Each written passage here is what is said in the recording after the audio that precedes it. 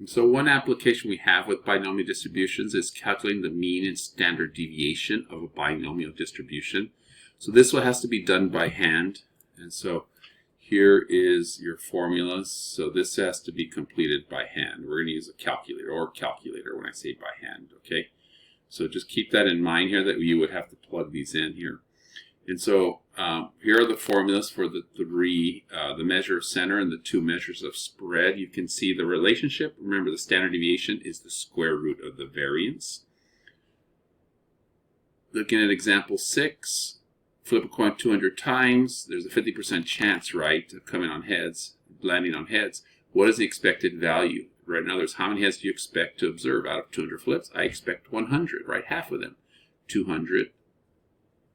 Right, n times p, the probability of success. What is the variance? Well, we have this formula here, n times p times q.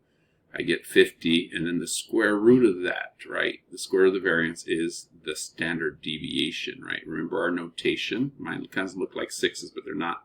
The standard deviation is 7.07. So we're going to use this idea that we talked about before, trying to find if something's unusual if you're more than 2 standard deviations away. The lower value is the mean minus 2 times standard deviations, and the upper value is the mean plus 2 standard deviations. And so you can see the calculations there. And so with that, outside of what range of values is unusual, if you flip a coin 200 times, right? If you see anything lower than 85 and higher than 114, something is up with the coin. Something unusual potentially. Maybe that coin is not fair, right? But we would expect anything between 85 to 114 heads when we flip it 200 times. Because it's not always going to be 100. We expect 100, but it doesn't mean it's always going to be 100. And so that's how we would use our 2 standard deviation rule here to calculate if something is unusual. And on this problem here, we need to finish it still. So look at the scenario there and get the calculator out. As you look at this case here, 600 people are randomly selected, 1%, right, have this genetic mutation. So we would expect 6 people out of 600, right? That's your expected value to have this genetic mutation.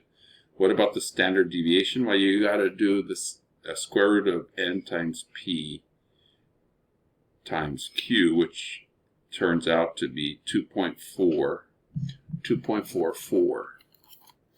So we see a standard deviation of 2.44 people in this case, right? Again, these numbers have units. But we would see they would typically vary about 2.5 people, right? 2.44 people from the 6.